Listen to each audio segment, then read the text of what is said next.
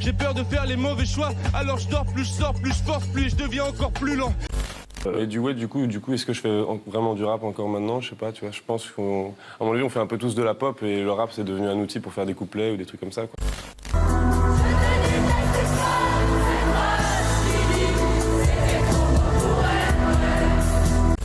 L'Homme Pâle est sûrement un des premiers artistes que j'ai suivi assidûment et dont j'ai découvert les albums depuis le virage pop culture de ma chaîne. C'est un artiste que personnellement j'ai toujours apprécié, avant pour son rap, car c'est le genre de musique que je préfère, mais que je prends encore plaisir à suivre et écouter aujourd'hui. Il fait partie de ces chanteurs qu'il est difficile de mettre dans une case. Pour autant, alors que son dernier album est sorti vendredi, je voulais revenir sur un thème qui traverse sa discographie et qui me paraît essentiel pour comprendre sa démarche et sa musique. Pour cela, il faut avant tout revenir en arrière.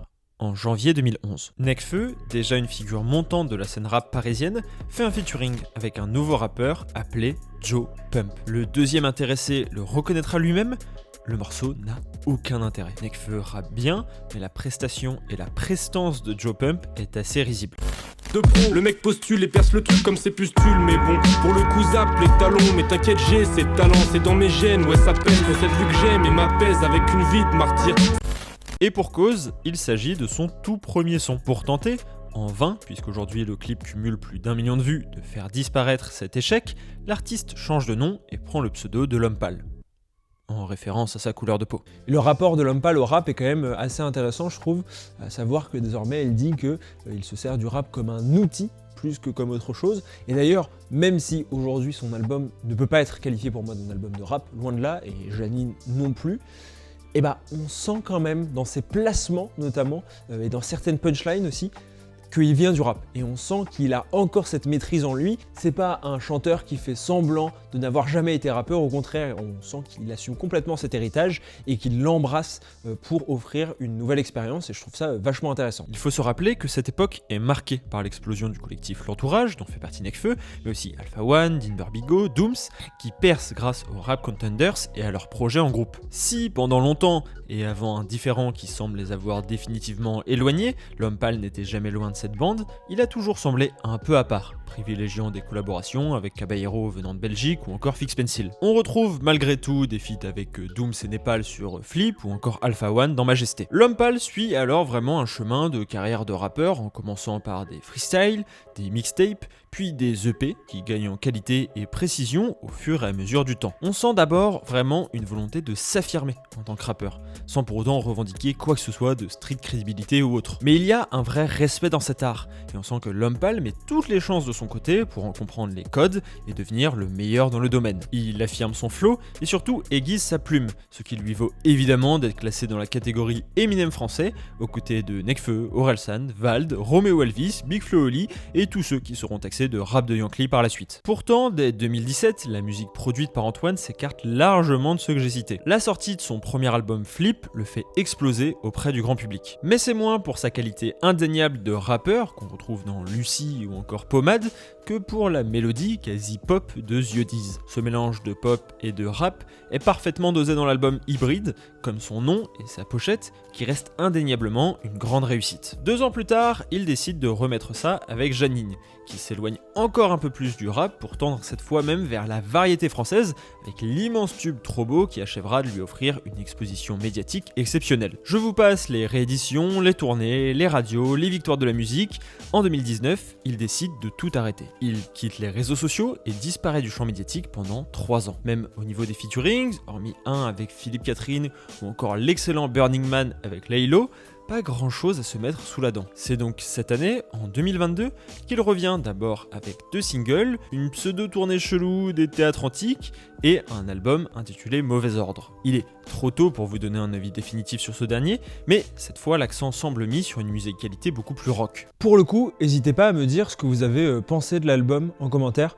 Encore une fois, moi je l'ai dit, là ça fait 5-6 fois que je l'ai écouté, donc j'ai quand même un bon avis dessus et je l'ai trouvé vraiment très bon, peut-être trop homogène, ce qui fait que c'est difficile de sortir quelques sons hormis les singles et peut-être 50 degrés, très peu de skip, mais sinon de manière générale je pense que je garderai beaucoup de morceaux et je trouve ça bien parce qu'il a réussi à se renouveler. Pourtant c'est quand même très marqué de son identité. Et j'ai trouvé le propos extrêmement cohérent avec la carrière de Lompal, notamment sur un point que j'aimerais aborder avec vous. On peut dire ce qu'on veut de Lompal, c'est un artiste à texte. Sans avoir besoin de sortir l'encyclopédie pour décortiquer chaque parole de ses morceaux, on trouve de nombreuses références, métaphores, allégories qui rendent les réécoutes intéressantes et permettent l'analyse. 2 thèmes centraux ont clairement émergé des projets de Lompal. Celui de l'amour d'abord. Dans un premier temps assez pudique sur le sujet, il l'abordera une première fois dans l'EP Seigneur avec le morceau Toi et moi où il interprète un homme dans une relation extrêmement malsaine et dérangeante. L'EP Majesté en est tout aussi dépourvu. Et c'est avec Flip, et donc Dieu dise, mais également Ça compte pas, Bécane ou encore Danse, qu'Antoine va commencer à s'épancher un peu plus sur ses sentiments. Une tendance qui se confirme dans Janine, puis dans Mauvais Ordre, avec sa compagne actuelle, Souela Yacoub, désolé si j'écorche son nom, qui trône sur la pochette du CD. On en reparlera. Je l'ai touché dans le cœur. Je l'ai touché dans le cœur. Notre histoire n'aurait jamais pu finir dans le calme et la tendresse. Le deuxième thème souvent relevé est celui de la folie. J'y avais consacré une vidéo vers laquelle je vous renvoie qui se concentre sur Janine, où cette problématique est centrale, mais dès Les Troubles du Seigneur ou Avion malaisien, qui vient de Majesté, on sentait l'importance de ce sujet pour Lompal. Ça, normalement, si vous suivez un peu l'artiste, vous l'aviez probablement remarqué. Mais un autre thème majeur selon moi passe souvent sous les radars et est pourtant omniprésent dans la carrière de l'artiste. Le destin. Dès cette foutue perle et le morceau éponyme, il exprime une sorte de volonté d'accomplir sa destinée, ce qui semblait être à la base le fait de percer dans la musique. Seigneur et Majesté représentent tout à fait cette idée. Leurs noms reprennent l'idée d'une royauté, d'une lignée, ce qui entre parfaitement en cohérence avec l'idée d'un destin. Lompal avance même dans le morceau titre de Majesté l'idée qu'il est né pour être assis sur un trône, idée qu'on retrouvera dans son mini-projet suivant ODSL, Audio Swallowé, avec le morceau Achille. En vrai, je suis pas né pour rester debout. Je suis né pour rester assis sur un trône. Je suis né pour briller, pas pour rester sage. Désolé, rien ne peut empêcher ça. À la base, j'ai pas de talent, j'ai pas de don, mais personne ne reste esclave de son destin.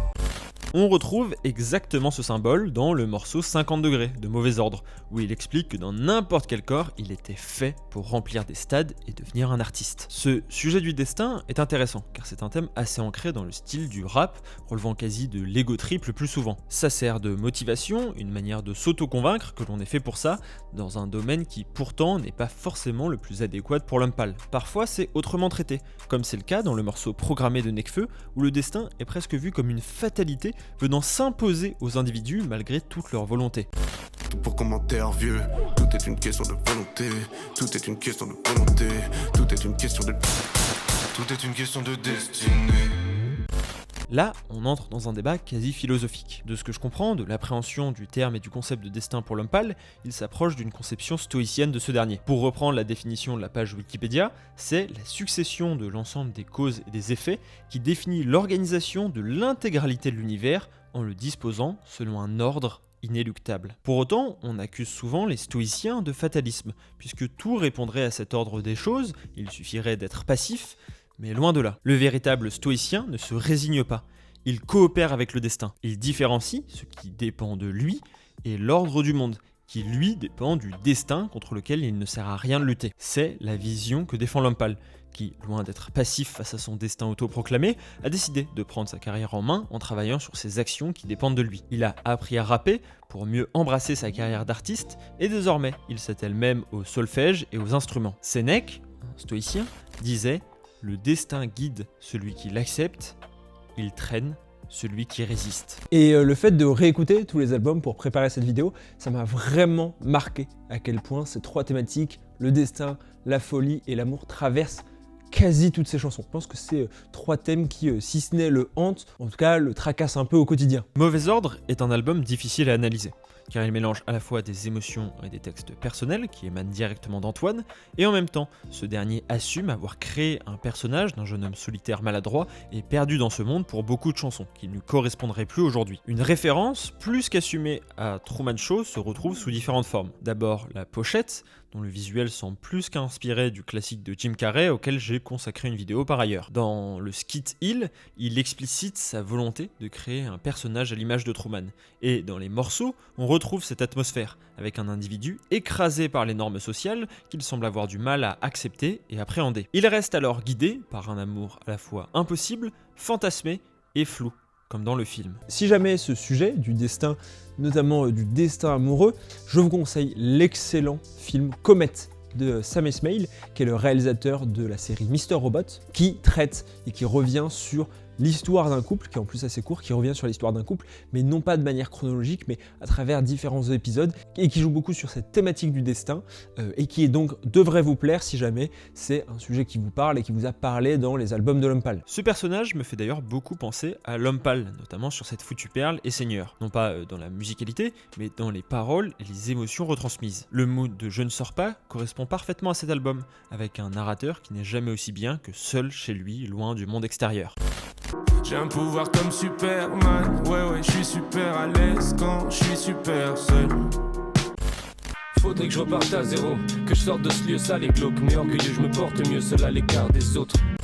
Mais alors, quel rapport avec le destin? Déjà, le titre. Le mauvais ordre ne signifie nullement un ordre chronologique, mais bien l'agencement de l'univers. On sent que cet ordre s'impose au personnage de l'album, tout comme Truman subit le destin imposé par Christophe sur sa vie. Comme dans le film de Peter Weir, l'individu va se battre dans un premier temps contre cet ordre, qu'il ne parvient pas à accepter. Dans le premier morceau, il explique être mal à l'aise avec ce monde, et la manière dont il faut se comporter en son sein est constamment en décalage. Au milieu de l'album, dans Maladie moderne, il exprime même le sentiment que l'ordre du monde est incorrect et que tout lui semble à l'envers. Puis, juste après, dans T, il est alors en révolte contre ce dernier. Il explique vouloir casser la gueule du destin au point de devenir le mauvais ordre en personne. Dans Auburn, second single de l'album, le refrain scande même This is the way, en référence à The Mandalorian, mais également à un ordre qui finirait par s'imposer. Et finalement, l'album se conclut sur cette prise de conscience. L'homme pâle accepte l'ordre des choses, car c'est ce même ordre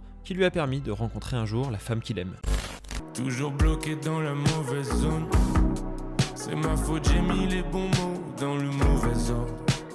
Cette fille pour moi, elle est tout, pour elle je suis personne. Et j'arrive pas à lui montrer. Le sens de la vie part en fade out. Aucune bonne raison mais je veille tard.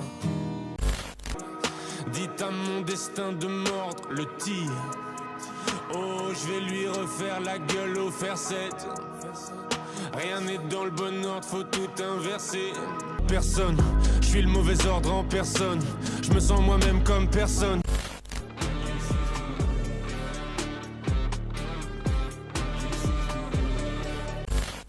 Fallait que je tombe sur cette ville, 8 milliards d'autres chemins. Fallait que je tombe sur cette vie, et je sais qu'on est fait pour s'aimer. Je voudrais tout refaire en mieux, mais si je fais rien qu'un choix contraire, je pourrais plus la rencontrer. Faut que je puisse la rencontrer. Il ne se bat plus contre le destin. Il accepte de coopérer avec ce dernier. Alors qu'il s'agisse d'une personne ou de l'homme pâle, cette thématique est tellement omniprésente sur tous les projets de l'artiste qu'elle me paraît une clé d'analyse intéressante. Ce n'est sûrement pas la seule et se trouve je fais même fausse route. Mais il est à souligner que l'homme pâle précise que la phrase qui lui a inspiré l'album est celle d'un ami, qui lui a dit « Si tous les mauvais choix que j'ai faits dans ma vie m'ont amené à rencontrer mon fils, alors j'ai fait les bons. » Il n'y a pas de mauvais ordre. Simplement un ordre que l'on n'est pas encore parvenu à accepter.